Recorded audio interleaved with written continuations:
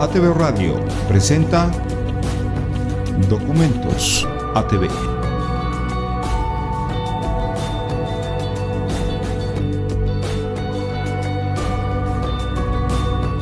Documentos ATV con Ramón Grimalt.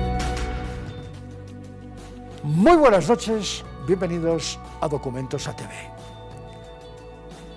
Dijimos la semana pasada que teníamos pendiente hacer un nuevo programa, un segundo programa, una secuencia lógica y periodística relacionada con el suicidio. Lo hacemos hoy, lo hacemos esta noche. Esta noche vamos a hablar del suicidio con un testimonio al final del programa que no tiene desperdicio, con el apoyo, con la asistencia de los terapeutas, de los profesionales, de los psiquiatras y psicólogos del Centro de Rehabilitación y del Hospital San Juan de Dios aquí en La Paz, pero también con dos vertientes interesantes. Una de ellas tiene que ver con la búsqueda de la felicidad, porque convendrán ustedes conmigo, con el equipo del programa, que si una persona es feliz, no tiene motivos para pretender prescindir de esa felicidad y por lo tanto de la vida. Pero la infelicidad es una de las claves y una de las causas del suicidio. Desde que tiene uso de razón, el ser humano aspira a ser feliz. Ello se convierte en una búsqueda permanente relacionada con el bienestar. Así, una sociedad considerada feliz es aquella con altos estándares de estabilidad social, política y económica. Sin embargo, no es oro todo lo que brilla, y esas sociedades complejas han cifrado la felicidad en el materialismo y el consumo, así como también en el individualismo. Se ha llegado al punto de que se puede comprar felicidad. De este modo, grandes compañías como Google dedican seminarios completos a la búsqueda de la felicidad, entendiendo que un trabajador feliz rinde más. De hecho, la ciencia dice que la felicidad se puede llegar a aprender.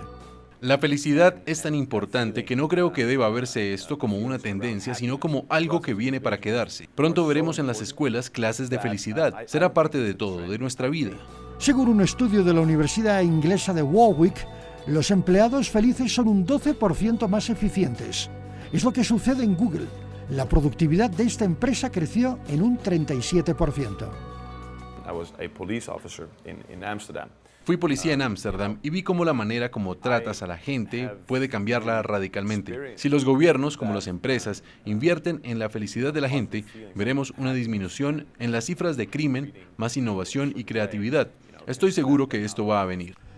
Desde hace más de 50 años, la empresa Gallup mide la felicidad de los países. En el año 2023, los países más felices fueron Dinamarca, Finlandia, Suecia, Canadá, Australia, Islandia, Austria, Brasil, México y Holanda. Según Gallup, América Latina es la segunda región del mundo más feliz, destacando Brasil, México, Costa Rica, Colombia, Panamá, Chile, Argentina, Trinidad y Tobago, Venezuela y Uruguay. Lo que hemos descubierto es que las empresas, los lugares de trabajo son lugares de generación o destrucción de bienestar, podrías decir de felicidad.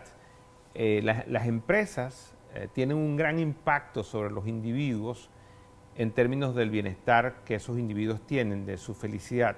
Pero no solamente ellos, sino que sabemos que el bienestar es contagioso. Entonces, un trabajador que regresa a su casa, de su oficina, con un alto nivel de bienestar, tiene muchas más probabilidades de tener una familia, un grupo familiar que también tiene un alto nivel de bienestar que otro que no lo tiene. Por ejemplo, el tiempo que la gente termina en tráfico es el tiempo más infeliz del día, ¿no? Pero hay mucha gente que compra casas bien grandes fuera de la ciudad para tener la casa más grande y terminan 2 horas por día infeliz en un auto. ¿Cuánta felicidad compró la casa? Corto plazo, ¿no? Al margen de ello, Venezuela es el único país del mundo con un viceministerio de la felicidad. Un viceministerio de coordinación de estas misiones, grandes misiones presidenciales, que tendrá el objetivo de la suprema felicidad social. El ejemplo ha cundido en Emiratos Árabes Unidos. Para ello invitaron al economista Jeffrey Sachs. Los sabios de la historia han coincidido en esto. En la vida, sé moderado en la búsqueda de los bienes materiales. Sachs ha sintetizado el secreto de los países más felices. Tiene que ver con el ingreso, aunque el dinero no hace la felicidad, el soporte social, donde destacan los valores familiares y la solidaridad frente al individualismo, la salud, que tiene que ver con la expectativa de vida de la población y la percepción de una vida física y mental sana, la libertad, entendida como un valor supremo, una sociedad libre es fundamentalmente feliz, la generosidad, como el principio de ayudar a los demás, y la lucha contra la corrupción, que es la penalización social de quienes vulneran la ética de algún modo. Comenzamos como unos pocos economistas locos, usando encuestas de felicidad, trabajando con psicólogos, viendo muchas cosas objetivas que tenían que ver con la felicidad, pero después muchas sorpresas que iban contra los modelos tradicionales económicos. Por ejemplo, que más y más dinero no compraba más y más felicidad. Lo que estamos midiendo con encuestas se confirma con una ciencia, ¿no? Es preciso agregar que no existe un modelo válido para todas las personas. Cada ser humano es un universo altamente complejo. Sin embargo, en una sociedad donde se considera el éxito como la cúspide de la felicidad, surgen o empiezan a surgir los problemas. En ese sentido, el no darse espacios para tener un espacio de ocio, por ejemplo, el tener actividades recreativas, el darte un espacio para, no sé, disfrutar con tu familia, tener actividades donde tú puedas salir, bailar, disfrutar con tus amigos, leer un libro que te gusta, hacer ejercicio, ir a comer algo que te gusta, algo que disfrutes, algo que te genere placer, tener un espacio para ti, ese espacio donde aunque solamente quieras dormir, que solamente quieras descansar, si no tienes esos espacios, terminas básicamente quemándote. O lo que decimos, ¿no? El síndrome del quemado, del burnout, si hablamos solamente de trabajo, ¿no? Si solamente te dedicas al trabajo y básicamente terminas viviendo infeliz, ¿no? La persona necesita de ese tipo de estilos de vida saludable, no solamente trabajar, tener ese tipo de actividades recreativas para tener cierto punto de vida feliz. La sociedad se ha acostumbrado a pensar que si no es feliz, no vale la pena vivir, ¿no? Entonces, a veces hay un optimismo exagerado y deshonesto que está siendo impulsado por las redes sociales, ¿no? Entonces, se da mucho valor a las personas que todo el tiempo están sonriendo, que todo el tiempo están felices y que te mandan mensajes como, no importa, tú solo sonríe y todo va a mejorar, ¿verdad? Y es un optimismo un poco tóxico. No usamos mucho esa palabra en psiquiatría porque nos referimos a otro tipo de situaciones tóxicas, pero sí pueden mandar un contramensaje, ¿no? Entonces, la persona empieza a sentirse infeliz por no ser tan feliz. O sea, tiene casa, tiene todo lo que ha esperado en la vida, pero no es tan feliz como esa persona que aparece en las redes sociales. Entonces, algo está fallando con mi vida. O sea, yo soy hasta más inteligente que esta persona de la red social. Soy hasta más guapa, tengo más éxitos. Pero ¿por qué ella es más feliz? Entonces, empezamos a generar culpa por no ser tan felices. Entonces, si bien el humano está en una búsqueda constante de felicidad, le añado a que es sano también aprender a vivir en paz y no ser necesariamente un pony encantado, ¿no? Sonriendo y saltando por la vida. También está bien. Y por otro lado, también es bueno y es sano llorar y estar triste. De hecho, es hasta adaptativo, ¿no? Entonces, si bien somos seres buscando constantemente la felicidad, está bueno también que alguna vez estemos tristes o no nos mostremos tan felices. O estar en paz, quizás ese es el estado que deberíamos buscar estar más, ¿no? Considerando que obviamente va a haber fluctuaciones. Es un fenómeno un poco más complejo que eso. En realidad implica el intentar suicidarse un estado de intenso sufrimiento en una circunstancia específica, ¿no? Entonces, hay personas que pues, pueden ser infelices toda su vida, pero por sus características, por sus creencias, por la forma en la que lleva su vida, jamás intentan siquiera suicidarse. Hay personas que pueden llevar una vida feliz, pero bajo una circunstancia específica, una situación de impacto importante, en el primer intento consumarlo por completo, ¿no? Después de haber llevado una vida feliz. Entonces, va más allá de si es el causal, la felicidad o la infelicidad, sino a una circunstancia específica. Una persona esencialmente feliz es aquella enfocada en lo que la hace feliz. No necesita más, pero la vida no es un valle florido. muy complicado dar con la tecla exacta de la clave de la felicidad. No hay una aplicación, ahora que están tan de moda las aplicaciones, que a uno le permitan apretar un botón, un dígito tal vez, e inmediatamente se abre un panorama de felicidad. Con arcoíris y con ponis dando saltos. El mundo es una trinchera bastante complicada y eso nos lleva definitivamente a preguntarnos qué hacen los estados para garantizarnos un nivel de sociedad. El famoso vivir bien. ¿Será vivir bien siendo feliz? Es un tema para el debate. Cuando regresemos, hablaremos de otro factor clave para entender la salud mental. Escuchas Documentos ATV.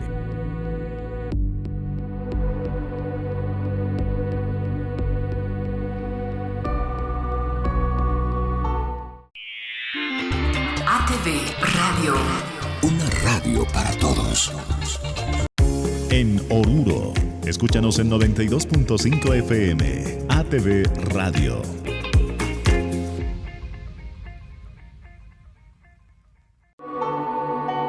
Escuchas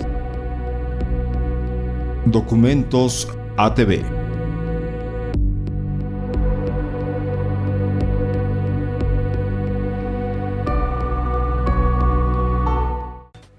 Un estado de depresión profunda, en muchos casos, ya es un problema de salud mental y necesita atención inmediata.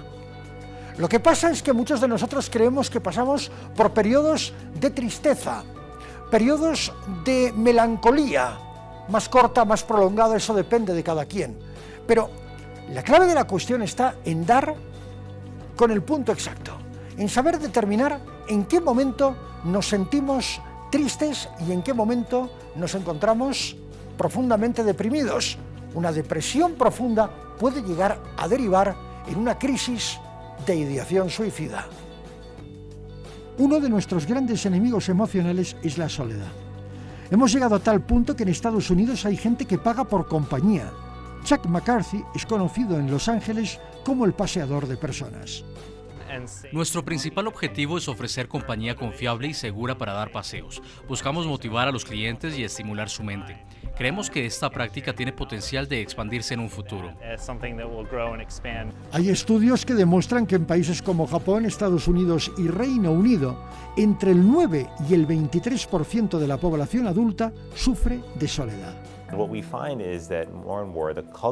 Encontramos que la cultura laboral está dominando todos los ámbitos de nuestras vidas, reduciendo así el tiempo que pasamos con nuestros seres queridos y afectando la calidad de las interacciones que tenemos.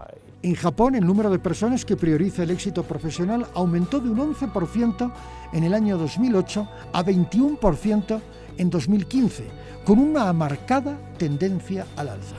Pero hay otro factor determinante, que es la tecnología. El hecho de que hoy podamos usar el celular para vernos cara a cara con nuestros seres queridos, sin importar dónde estén, es una gran herramienta. Pero el problema es que estamos sustituyendo las redes sociales y la tecnología por las conexiones en la vida real. En vez de vernos en persona, hemos optado por interactuar cada vez más a través de medios virtuales. Cuando hay más personas enfermas en nuestra sociedad, las consecuencias son para todos. Aumentan los costos de salud pública, por ejemplo. Se puede ver afectada la productividad laboral de estas personas y esto tiene consecuencias para las empresas y para el crecimiento de la economía en general. Si son niños, les puede ir mal en la escuela y el daño no se limita al periodo escolar. El número de profesionales bien educados que podrían pasar al mundo laboral también se ve afectado. El problema considerado de salud pública llevó al gobierno británico a crear el Ministerio de la Soledad, destinado a financiar la investigación y búsqueda de alternativas para atenuar su impacto social. Esto se hace patente en el ámbito laboral. ¿Qué pasaría si los empleadores se propusieran crear espacios y oportunidades para que sus empleados se conozcan como individuos y no solo por sus aptitudes laborales?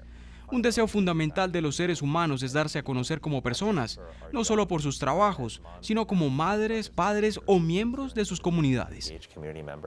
En Corea del Sur, por ejemplo, se ha creado un robot de compañía.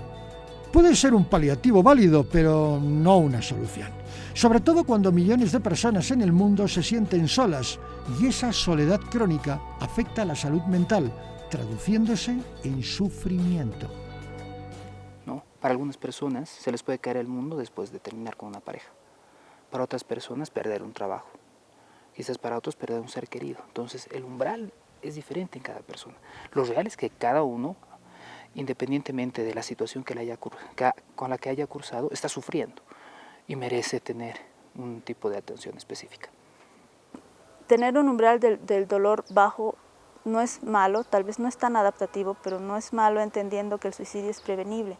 Entonces, si uno reconoce que tiene dificultad para manejar emociones que otras personas ni siquiera les afecta, ver un perrito muerto, digamos, a una persona le puede afectar mucho y a otras nada. Entonces, si uno reconoce que hay un margen tan amplio y que a uno le empiezan a afectar tanto algunas cosas, sean injustas o no, nos debe llevar a buscar apoyo y ayuda, ¿no? Hay gente que tiene umbral de dolor realmente alto y tiene una resiliencia increíble, ¿no? Le pueden pasar muchas cosas y jamás va a intentar suicidarse. Aunque la idea de muerte puede ser considerada normal, todos podemos pensar en algún momento en morir y que estaríamos mejor muertos, ¿no? Pero llevarlo al siguiente nivel va siendo un poco más difícil.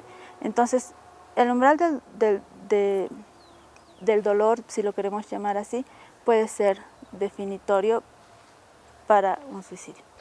La depresión, básicamente, una persona que tiene un síndrome depresivo, básicamente es el estado de ánimo depresivo por 2 o más semanas de estar triste o la incapacidad de sentir placer. Pero ya una depresión grave puede terminar en suicidio, sí, pero no es la única causa de suicidio. Existen, como les decía, otro tipo de situaciones que pueden terminar en suicidio. Una persona que no tiene un trastorno mental puede terminar en suicidio porque es muy impulsiva, muy agresiva y no quiere decir que tenga una depresión. Como les decía, una persona que está sufriendo anteriormente, una persona que está sufriendo un dolor crónico, no realmente ha visto que ya no puede con eso. Una persona que tiene un cáncer terminal, por ejemplo, no, ya no puede con eso, termina en suicidio. Una persona que realmente no se siente satisfecho, siente que ya ha llegado al límite de su vida con todo lo que ha conseguido, puede que no tenga depresión, pero siente que ya no tiene objetivos en su vida y tiene un trastorno de la personalidad, puede terminar en suicidio. Una cosa es estar solo, lo que es saludable en según qué ocasiones, y otra muy diferente es sentirse solo. Esa sensación acaba pesando demasiado en algunas ocasiones y amerita atención psicológica, afectiva y empática, porque la soledad es una de las caras menos visibles de la depresión. Esta semana hemos estado en el Centro de Rehabilitación de Salud Mental aquí en La Paz, San Juan de Dios. Hemos tenido oportunidad de conversar con médicos, con expertos, con psiquiatras, con terapeutas que se encargan de la atención de los innumerables cuadros, y muy particulares todos ellos, de salud mental. A continuación vamos a ir, al regresar, con una entrevista muy importante. Una entrevista que tiene que ver con un doctor, un psiquiatra, el doctor Romero. Él nos atiende desde la administración de la dirección del Hospital San Juan de Dios y lo hizo con mucha atención y con mucha dedicación, sobre todo para nuestros televidentes que están pendientes de a dónde, cuándo y cómo podemos llegar a superar este tipo de problemas. Escuchas Documentos ATV.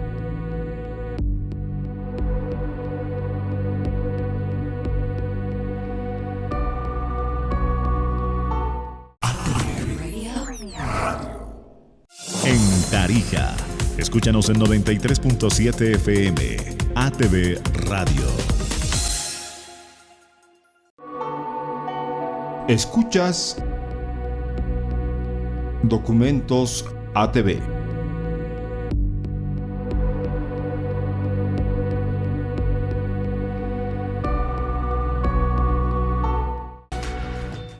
Básicamente la idea que tenemos aquí en Documentos ATV es tener a nuestros invitados presencialmente en el estudio 2. Pero al doctor Romero José Romero se le complicó. Él es director del Centro de Rehabilitación y Salud Mental San Juan de Dios, aquí en La Paz, en Irpávidos, lugar extraordinario. 6 hectáreas de terreno dedicadas a la atención a problemas de adicción y de salud mental, que son muchos y variados. Quiero agradecerle al doctor Romero por haber permitido que le hagamos esta entrevista a destiempo, porque ustedes, lógicamente, le haremos unas preguntas y él ya las contestó. Así que vamos a darle la bienvenida al doctor Romero. ¿Qué tal? ¿Cómo está usted? Muy buenas noches, buenas tardes para usted en el momento que realizamos la entrevista. Nuestra primera pregunta tiene que ver con las pautas que derivan en definir qué se puede hablar como suicidio en un contexto. ¿Qué es el suicidio como una realidad? Es parte de la humanidad misma incluso, ¿no? Existen reportes de suicidio tan antiguos como nuestra historia misma, como humanidad. Entonces, es algo que ha estado con nosotros, que está y va a seguir con nosotros. Y sí, evidentemente, ¿no? Se reportan en los medios de comunicación suicidios de personas famosas o suicidios de gente común y corriente que lo han hecho en forma muy dramática. Eso es a lo que se le da muchas veces más cobertura. Pero la realidad es mucho más compleja porque se están visualizando ciertos suicidios y hay muchos que no se están visualizando. Y no solamente eso, hay un montón de gente que está intentando hacerlo y tampoco estamos prestándole atención suficiente a este fenómeno.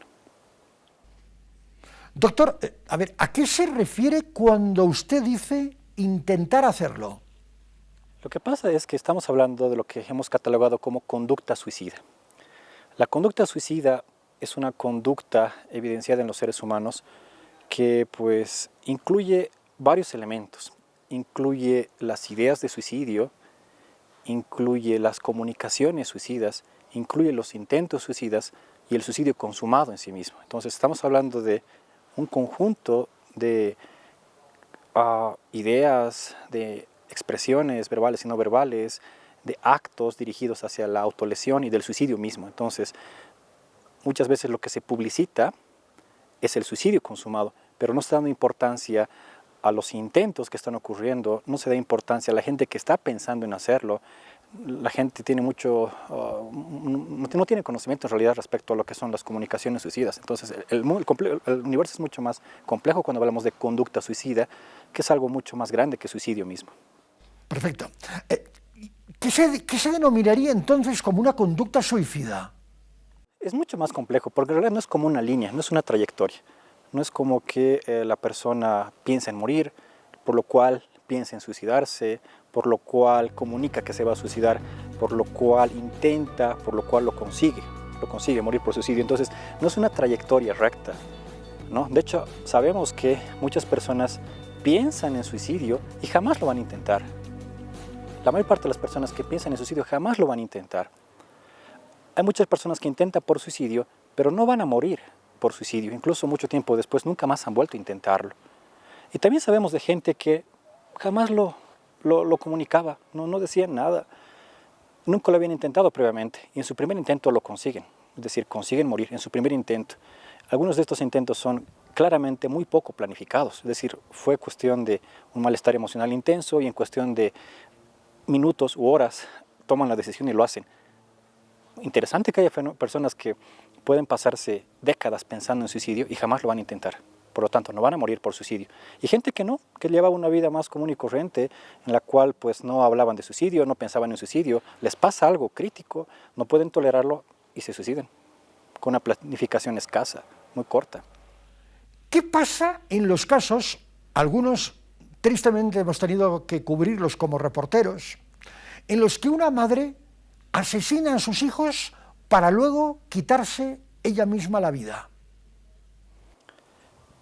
Estamos hablando de conductas humanas mucho más complejas, porque estamos hablando de agresión a las personas que deberías proteger y de autolesión hasta un punto en que te matas a ti mismo.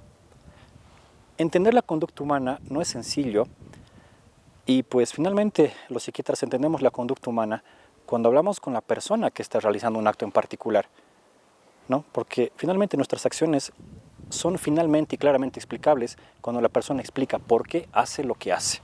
Lo demás simplemente van a ser interpretaciones externas. ¿Sí? Entonces, hay una persona que hace algo, podemos sacar 1000 explicaciones nuestras, pero siempre van a ser suposiciones, hipótesis.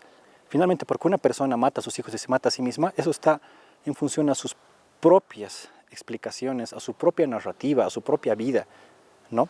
En ocasiones, este tipo de conductas tan complejas no tiene nada que ver con enfermedad mental. No tiene nada que ver con enfermedad mental, y en otras ocasiones sí, ¿no? Acá hemos tenido personas que han hecho daño severo a su propia familia, personas cercanas, en un estado de severa perturbación mental.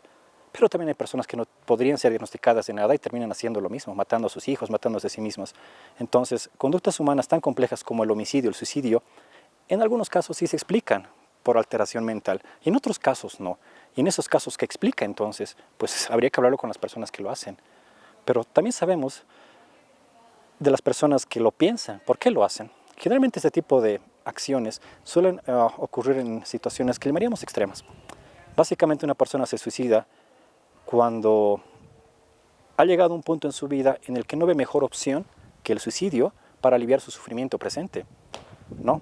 Quizás no sea cierto realmente que no hay otra opción. De hecho, hay muchas veces muchas opciones, pero esta persona ha elegido una solución, entre comillas, definitiva para problemas temporales. Está en una situación en la cual el sufrimiento se ve como inacabable, es decir, nunca va a terminar mi sufrimiento, como que los problemas se ven que no pueden ser resueltos, como que no voy a poder tolerar el malestar, ¿no? Una idea que yo manejo frecuentemente con esto de suicidio es que pues, las personas no se suicidan en el mejor momento de su vida. Una persona no se suicida cuando está feliz y exitosa. Las personas se suicidan cuando están extremadamente desesperadas. Doctor, empezábamos el programa hablando de felicidad.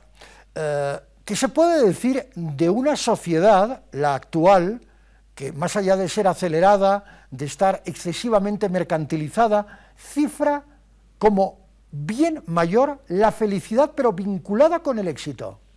Y probablemente sí, ¿no? Claramente nuestra sociedad actual valora muchas cosas que quizás pues, no son fáciles de alcanzar. Algo así como que éxito se ve como sinónimo de, no sé, tener una casa, un buen carro, ¿no? Como que éxito es sinónimo de dinero. Entonces hay percepciones culturales de lo que es el éxito. Éxito es ser famoso, no importa cómo consiga ser famoso. Y la gente que no consigue eso, tengo harto dinero, tengo harta fama, pues se siente frustrada consigo misma. Pero ahí también viene la visión personal de la vida, ¿no? Porque si bien existen personas que quieren alcanzar mucho dinero, mucha fama, y si no lo consiguen sufren, también está pues la gente que tiene verdaderos éxitos y no logra valorarlo, ¿no? Me acuerdo pues recientemente una paciente me hablaba de cómo era su vida. Yo decía, bueno, su vida no tiene grandes problemas y de hecho hay muchas cosas valiosas en ella. Es profesional, bastante joven, buena profesional. Tiene un esposo que la quiere, una familia joven, con buenos resultados a nivel familiar. Pero ella dice que es un fracaso total en esta vida. Ella no estaba aspirando a fama ni a dinero. Y ya tenía cosas que mucha gente valora, pero ella no veía valor absoluto en lo que ella ya tenía. Entonces, por un lado, hay un fenómeno cultural de decirnos qué es lo más valioso, qué es lo mejor, qué nos da felicidad. Y muchas de esas cosas son falacias. Pero también está el punto de vista muy individual, qué es lo que yo como persona creo que es lo más valioso. Porque mucha gente considera que lo más valioso es su familia. Y si su familia está bien, son felices. No necesitan mucho dinero, no necesitan fama, no necesitan ser reconocidos. Con tener a su familia contenta, se sienten totalmente realizados. Hay otras personas que pueden tener muchas cosas materiales o muchos logros personales y se sienten como inútiles, como miserables, como incompetentes, como que nadie los va a amar, como que no merecen cariño. Ese tipo de personas particularmente tienen comportamientos y síntomas depresivos, comportamientos suicidas y todo eso. Permítame volver a este punto porque no nos ha quedado muy claro. ¿Qué se entiende por ideación suicida? Sí, es que depende de qué es lo que cada persona tiene como más valioso para sí mismo en su propia vida, ¿no? Hay cosas materiales que se valoran. Mucha gente valora el dinero. Hay otra gente que valora cosas, metas, por ejemplo, ser profesional. Hay gente que valora personas. Yo valoro a mis padres. Hay gente que valora, no sé, cosas inmateriales. Hay gente que valora la libertad. Hay gente que valora cosas más grandes que nosotros. Yo valoro a Dios. Entonces, depende de lo que cada persona tenga como valioso en su vida, ¿no? Porque yo, por ejemplo, podría tener mucho dinero, pero quizás para mí lo más valioso no es el dinero, es el amor de alguien. Yo quizás puedo conseguir muchos títulos, pero para mí no es valioso tener títulos. Para mí lo valioso es el amor de la persona que más quiero. Y si esa persona se va de mi vida, no importan los títulos, no importa el dinero. Como se fue lo que yo más valoro en mi vida, me siento totalmente abandonado y vacío. ¿Se da cuenta? Entonces cada persona tiene cosas valiosas para ella misma, que otras personas comparten, otras personas no. Y eso es importante cuando enfocamos el manejo de la conducta suicida, enfocarnos mucho en lo que la persona realmente valora, más allá de lo que la gente valora, más allá de lo que su familia valora. Lo que cada persona valora en esta vida nos permite trabajar con ellos para ayudarlos a encontrar opciones, soluciones y aproximarse a lo que realmente valoran. Incluso preservar su vida por lo que más valoran. Porque si una paciente me dice, doctor, lo que yo más valoro en esta vida son mis hijos, tenemos por dónde trabajar. Ya tenemos por dónde trabajar. Afiérrate a esta vida por ellos. Pero si una mujer no valora a sus hijos, decirle hazlo por tus hijos o no lo hagas por tus hijos, no tiene ningún sentido. Porque los valores son individuales, ¿no? Entonces, de esa forma yo creo que podemos comprender a gente que para nosotros, desde nuestro punto de vista, lo tenían todo. Dinero, gente que los quería y todo eso, pero no. Algo más, cuando hay enfermedades mentales, la visión del mundo se distorsiona. Es como tener un filtro. Eso pasa mucho en las personas con depresión. Cuando una persona está deprimida, viene el filtro de la depresión que te impide ver las cosas como realmente son. Es como que la vida se pusiera gris realmente. Entonces dejas de percibir el cariño de las personas, dejas de sentirte conectado con otros seres humanos, no logras entender sus intenciones de ayuda y de cariño. Entonces en ese filtro de depresión me siento solo, me percibo solo, aunque realmente no lo esté. Vemos el impacto de algunas enfermedades mentales que distorsionan la realidad del individuo y lo llevan a sentirse totalmente desconectado, como una carga que tiene que ser, que tiene que desaparecer para que otras personas dejen de sufrir. Entonces ven ahí el suicidio como una alternativa bastante válida. Algunas personas que padecen de depresión se han acercado a Documentos ATV y han preguntado, ¿la depresión puede llevar, en un caso extremo, a quitarse la vida? Mucha gente vive con depresión y jamás toma las ideas de suicidio como algo válido para ellos. O sea, no es parte de sus opciones. Y eso tiene que ver más con los valores personales, la educación, la cultura. Algo así como que, ok, vivo triste, pero suicidarme jamás porque tengo que cuidar de alguien. Exacto.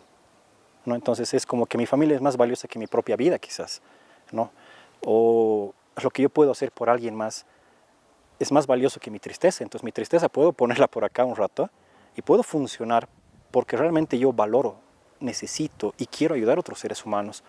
Son patrones de funcionamiento, ¿no? Si una persona se desconecta de esas cosas valiosas, pues ve el suicidio como una opción totalmente válida realmente. Es como que realmente ya no me interesa ayudar a alguien, como que para mí otros seres humanos no son valiosos, como que no tengo nada, pues el suicidio se vuelve una opción bastante válida. Al mismo tiempo hay gente que se suicida sin tener depresión alguna, sin tener enfermedad alguna. Este es un fenómeno bastante interesante que encaja mucho con lo que es eutanasia, ¿no? Entonces, pues ahí viene la percepción personal de lo que es la muerte, de lo que es la vida misma, de cómo quiero vivir a ciertas edades, ¿no? Esto es lo que llamamos suicidio racional. Personas que en plena lucidez, claridad de pensamiento, de razonamiento, dicen, caramba, creo que ya cumplí con lo que tengo que cumplir en esta vida y la vida que tengo no va a ser mejor, haga lo que haga, no hay opción para mí de una mejor vida. Creo que es mejor terminar con mi vida para dejar de sufrir. Y realmente estamos hablando de situaciones médicas muy complejas, gente paralizada por completo, gente con enfermedades que inevitablemente los van a deteriorar física y mentalmente. Entonces, ahí es muy racional terminar con la vida propia, porque finalmente nadie va a vivir para siempre. Entonces, es bueno que cada persona tenga su propia concepción de qué tipo de vida quiere tener, hasta qué punto uno quiere aguantar, ¿no? ¿Cuál es el nivel, el grado de tolerancia físico? Ya depende mucho de cada persona. ¿Cuál es el nivel de tolerancia del dolor, del sufrimiento moral que puede llegar a sufrir una persona, que deriva lógicamente en un sufrimiento psíquico? Yo creo que es necesario conocer todos nuestros umbrales. Tenemos muchos umbrales. Tenemos, por ejemplo, nuestro umbral de tolerancia al estrés, ¿no? Sabemos que ciertas cosas podemos manejarlas y no nos estresan. Sabemos que hay ciertas cosas que nos estresan y podemos tolerarlas. Y sabemos que hay cosas que definitivamente no podemos tolerar. Entonces todos tenemos un nivel de tolerancia al estrés, nuestro umbral de tolerancia y todo eso. tenemos nuestro nivel de rendimiento físico, por ejemplo, ¿no? Como que yo sé que puedo correr cierta distancia, más allá de eso no voy a poder correr aunque realmente quiera. Tenemos nuestro umbral de rendimiento intelectual, algo así como que me dan una tarea intelectual y yo sé que eso puedo hacerlo en cierto tiempo, de cierta manera, pero quizás no puedo hacerlo más corto porque conozco mis umbrales. Entonces todos los seres humanos tenemos límites establecidos por la naturaleza misma, por nuestra biología misma, por nuestra experiencia, educación misma. Es bueno conocer todos nuestros umbrales. Eso va a incluir también nuestro umbral de tolerancia al dolor, ¿no? Claramente, pues, también tenemos un nivel de tolerancia al dolor físico, bien individual, y un nivel de tolerancia al dolor emocional, ¿no? Si logramos conocer cuánto podemos tolerar, podemos darnos cuenta de que muchas veces cuando hemos sobrepasado nuestro umbral, empezamos a hacer cosas que no nos sirven. Algo así como que sobrepasé mi tolerancia al estrés, sobrepasé mi tolerancia al rendimiento, sobrepasé mi tolerancia al dolor y empiezo a hacer cosas que no me sirven. De hecho, mucha gente se involucra en lo que llamamos conductas maladaptativas, consumo de drogas, autolesiones, abandono personal, daño a otras personas. Entonces, mucha gente cuando cruza su umbral, cruza su frontera de propia tolerancia, empieza a comportarse de una forma que los perjudica más aún. Otras personas no. Otras cuando cruzan su umbral dicen, bueno, creo que es momento de descansar. Finalmente no es el fin del mundo si no lo hago, si no lo resuelvo. Entonces, eso ya son formas de afrontar la vida. Doctor Romero, muchas gracias por haber estado con nosotros. Hasta la próxima. Ya hemos escuchado al doctor Romero. Interesante todo lo que ha dicho. Pero lo que viene a continuación, estoy completamente convencido que les va a llegar al corazón. Vamos a tener el testimonio de una persona muy joven, apenas 19 años de edad, que tiene en su haber por lo menos 4 intentos de suicidio. Gracias a Dios, vive para contarlo. Escuchas Documentos ATV.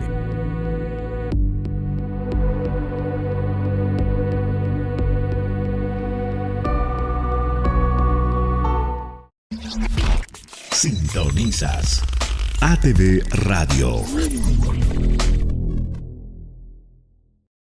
En Oruro, escúchanos en 92.5 FM, ATV Radio.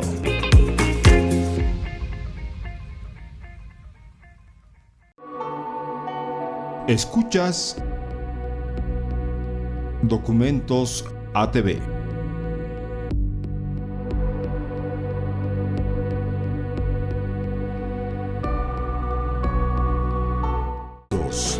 ATV. Tenía un montón de preguntas para ella. Pero simplemente dejé que la conversación fluyera, que ella contara. Y no me hicieron falta hacerle preguntas. Su narración, muy bien estructurada, muy bien hilada, es el testimonio de vida de Lili. Le hemos puesto ese nombre. Y Lili nos tiene que decir cosas, nos dijo, y nos tiene que seguir diciendo cosas que tienen que llegar a su corazón. Al menos si usted está en estos momentos, en algún momento, deprimido, decaído, y se le ocurren ideas que no tiene por qué hacer realidad. Lili tuvo ideas y en algunos casos las materializó, pero en un momento dado las cosas salieron como les vamos a contar a continuación. Escuchen muy atentamente el testimonio de Lili, una niña de 19 años, una chica de 19 años con tendencia al suicidio, pero que ha encontrado el camino para salir adelante. Tengo 19 años. Bueno, voy a relatar un poco cómo ha sido el factor desencadenante acerca de mi consumo. Bueno, comienza a partir de mis 15 años, que prácticamente yo era una niña, aún no estaba todavía bien preparada para estar conviviendo con la pareja de mi hermana. Sucedido que el factor desencadenante que ha sido el abuso sexual por parte de mi cuñado, lo cual sin mi consentimiento ha sido como que ¿cómo se dice? Tranquila, sigue. Pero necesito una palabra como ¿El abuso sexual ha sido un desencadenante? Sí, pero ha sido sin mi consentimiento, lo cual ha generado un factor depresivo en mí, que ya no podía manejarlo. Todo el tiempo andaba triste, metida en el celular, lo cual no quería llegar ni a mi casa. A mis 17 años, saliendo del colegio, he comenzado mi consumo, lo cual se ha ido agravando con el tiempo. Ya necesitaba como que la sustancia del alcohol para poderme sentir feliz, sentir esa sensación que estoy bien. Lo cual, pues, no me ha traído buenas situaciones, lo cual, pues, ha sido muchos problemas. He llegado a tener muchos problemas en mi casa, a no llegar a mi casa, no dormir en mi casa.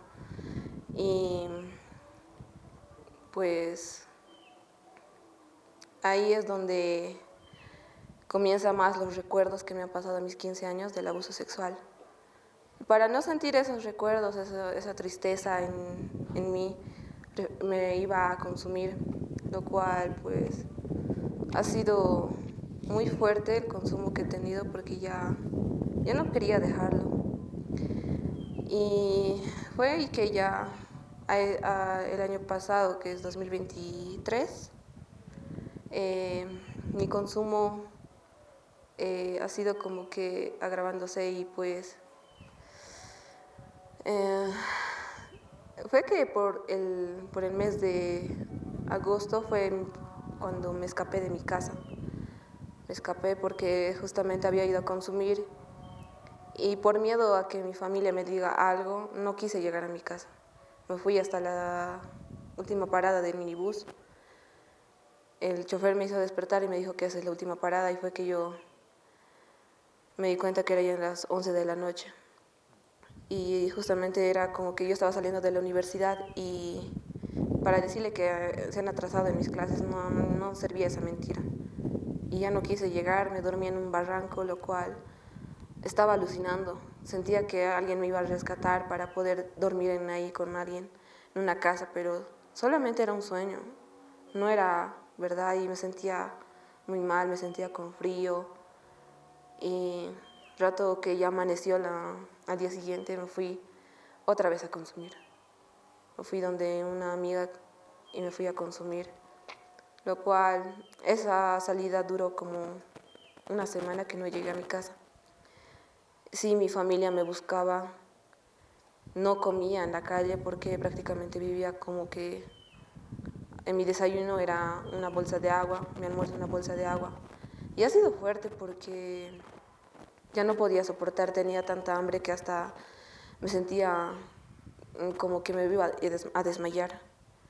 Pero trataba de sacar no sé de dónde fuerzas para consumir, pero no para poder llegar a mi casa. Y una vez que ya he decidido ir a mi casa, llegué y pues mi justificación para el consumo ha sido como que hacerme la víctima y decir que lo sucedido que ha pasado ha sido el factor desencadenante para mi consumo. Y siempre que me escapaba era como que esa la justificación. Y poco a poco ha pasado el tiempo, ya ha llegado las ganas de intentar suicidarme. Primeramente he comenzado con los que son esos para matar los mosquitos, lo cual lo he ingerido, pero no ha sucedido nada. También he consumido las pastillas que mi abuelita tenía en su habitación. Pensaba que me iba a hacer efecto y que al dormir al día siguiente ya no iba a despertar, pero en realidad no ha sido así. Y trataba muchas veces de intentar suicidarme y pues llegó al punto de que me corté y quise cortarme las venas, pero tampoco pudo suceder. Y a veces doy gracias a Dios porque aún sigo viva y no ha podido suceder porque son cosas del destino que aún quiere Él que viva. Ahí comenzó mi factor ya más fuerte de querer ya no existir, porque sentía que era un gran problema para mi familia. Sentía que era una carga más, que ya no podían aguantarme más a mí por mi consumo. Y sí, mis hermanos también me reprochaban porque yo era una persona que consumía demasiado y una persona muy rebelde. Ya después fue por noviembre que otra vez me escapé de mi casa. Fue igual que estaba le dicen aquí en Bolivia, cuando consumes le dicen el tacho, estaba en un tacho, lo cual fuimos hasta no sé a dónde, no me acuerdo bien, pero sucede que hemos llegado por la Vita y ahí nos encontramos con un policía. Y el policía pensábamos que nos iba a retener y todo eso, pero en realidad no fue así. Estaba consumiendo y ahí fue que esa noche yo ya supuestamente estaba en las clases de la universidad, pero en realidad no era así. Ese día me quedé hasta las 9 de la noche y por miedo de llegar tarde a la universidad y que mi mamá me recoja, ya no fui a la universidad, me quedé con mis amigos, fuimos a consumir a otro lado y fue que ahí ya no llegué a mi casa. Empezamos más el consumo y fue ahí donde duró un mes que no llegué a casa de mi mamá. Y sí, sé que hice mal porque mi mamá llegó hasta el punto de ir a buscar a la morgue para saber si aún seguía viva yo. Al final dieron con mi paradero, se comunicaron con mis amigos y pues me rescataron de donde estaba viviendo, que prácticamente era una familia igual consumidora y sé que no tenía un buen futuro si estaba ahí. Entonces mi familia vino y me rescató, me llevaron otra vez a la casa y ahí fue que mi tía se enteró de lo sucedido, porque ella más antes no sabía lo que me había sucedido a mis 15 años. Se enteró y pues fue fuerte la noticia para ella porque no se lo esperaba que sucediera eso. Entonces hubo un gran problema en mi casa el momento en que se enteró la noticia y fue de ahí que yo me fui a vivir a la casa de mi tía. Ahí a comienzos fue por enero de este año que ya estaba más tranquila, pero aún seguía con los recuerdos de lo sucedido a mis 15 años, entonces trataba de que no se den cuenta, que no le decía nada a mi tía tampoco, por no preocuparla más. Y entonces, como no estudiaba aún, estaba en mis tiempos libres, iba a ayudar a su tienda de mi tía, lo cual yo quería sentirme más arreglada, comprarme cosméticos y todo eso. Entonces comencé a sacar el dinero de la tienda de mi tía. Primero comenzó como 50 bolivianos, después 100 y así. Y con eso fui a comprarme después de ahí que vendían cosméticos, y lo llevé a la casa de mi tía. Yo sentía que no se iba a dar cuenta ella, pero en cualquier momento se iba a dar cuenta. Entonces llegué, estaba en la tienda una tarde, mi tío no había llegado de su trabajo, entonces mi tía fue a buscarle a él.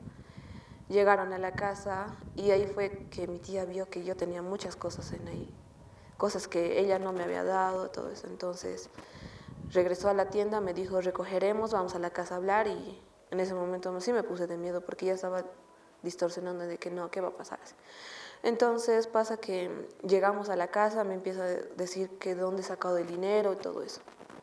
Yo aún seguía con la mentira de que eso me traje de mi anterior lugar donde vivía con mis abuelos y traté de que me creyera eso, pero en realidad me sentía mal porque ella me estaba dando mucha confianza en que viva con ellos todo lo que he pasado y eso.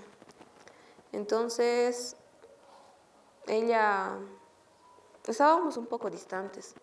Yo presentía que estaba enojada conmigo.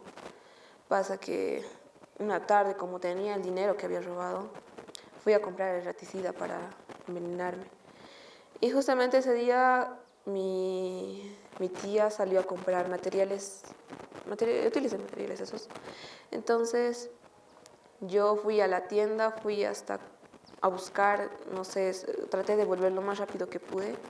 Fui a buscar el raticida, compré y lo metí en un sándwich, lo preparé. Y estaba yo con mi primito, que era un menor de edad igual. estaba con él y él la verdad no sabía nada de lo que estaba pasando. Tampoco pensaba que él me dijo, ¿qué estás comiendo? Invítame. Pero yo sabía que tenía el veneno y no le quise invitar. Me lo comí el sándwich, después me fui a echar un rato y ya sentía los síntomas. Ya no podía levantarme bien de la cama, me sentía mareada, tenía dolor de cabeza, ya no podía respirar y es como que me estaba doliendo y ya estaba queriendo dormir. No sé si era el sueño o otra cosa, pero ya no podía levantarme de la cama. Ahí fue que mi tío y mi tía llegan de la calle, les digo que me siento mal y les muestro que he consumido erraticida. Inmediatamente ellos me levantan de la cama, me llevan al hospital general y ahí fue que me hacen el lavado gástrico con la sonda nasogástrica. Entonces estaba en shock, no podía moverme y me interné en ese día. Estaba todo un día esperando a que me atiendan porque el seguro del SUS estaba colapsado y no había mucha atención. Entonces pasó al día siguiente, que era un domingo, a eso de la 1 de la tarde, me interné en ese psiquiátrico de salud mental. Estuve alrededor de 2 semanas y media, 3, internada en ahí, tratando de comprender las cosas que he hecho a mi familia. Y ahí fue la decisión que tuve de venir a internarme aquí, porque el consumo me ha traído muchas consecuencias, muchos problemas. Y una vez que he entrado aquí ha sido un poco difícil porque por un tiempo no he podido ver a mi familia. Aquí he empezado a valorar a mi familia, cada minuto quería estar con ellos. Y ahí es donde he aprendido muchas cosas aquí. He aprendido a que si tengo caídas, tengo que aprender a levantarme de ellas. He tenido muchos problemas, percances, los cuales sí me han dado ganas de querer botar la toalla, pero no. Había una parte en mí que quería seguir adelante y no dejarlo ahí. Y gracias al equipo técnico, a los terapeutas, a los doctores, todos ellos, he podido entender muchas cosas sobre mi enfermedad. Y sobre también lo de mis intentos de suicidio, mis cuadros depresivos. Y pues agradezco a veces porque aún sigo viva, aún tengo la oportunidad de poder salvar mi vida. Aún sí, me falta aún conocer muchas cosas, pero aquí he aprendido muchas experiencias de cada persona que tiene la misma enfermedad sobre el alcohol y todas esas drogas. Y ahora me siento mejor, me siento más relajada, más tranquila. Sí hay problemas familiares que tengo, pero ya no, ahora estoy tratando de no acudir al alcohol porque no ha sido una mejor solución eso. Estoy tratando de buscar soluciones positivas, hacer un balance entre lo positivo y lo negativo para el problema. ¿Qué solución le puedo dar? Y sí me está ayudando bastante muchas cosas. Timura, has estado perfecta, pero tengo una última pregunta muy rápida. ¿Cómo ves el futuro? ¿O vives el día a día? ¿Tú te has trazado una meta en el futuro por alguna persona? Sí, justamente como tengo 19 años, sí, a comienzos he hecho mis planes a corto plazo, largo y mediano y largo plazo, los cuales en mis planes de corto plazo está terminar mi rehabilitación. Quiero terminar mi rehabilitación, aunque me cueste, pero lo voy a hacer. Y sí, estoy viviendo cada momento que tengo en mi presente. No me adelanto mucho a mi futuro porque no siempre puede suceder tal cosa. Y vivo cada día a día mi presente, lo que estoy pasando y todo eso. Y cada que pasa algo, al día siguiente lo tengo que mejorar.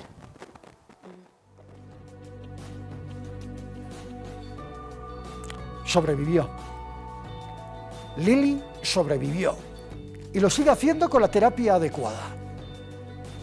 Ella tiene voces que ya no son aquellas voces interiores en su mente que le decían mátate, acaba contigo, eres una carga. Estas voces de seres humanos, hombres y mujeres, terapeutas, le dicen no, date una oportunidad, sigue adelante, pelea, lucha, enfrenta la vida con ilusión y entusiasmo y vas a encontrar tu verdadero camino. En eso está Lili hace 6 meses. Y espero que continúe así. La próxima semana, cuando regresemos, más Documentos ATV. Hasta ese entonces, muy buenas noches. ATV Radio presentó Documentos ATV.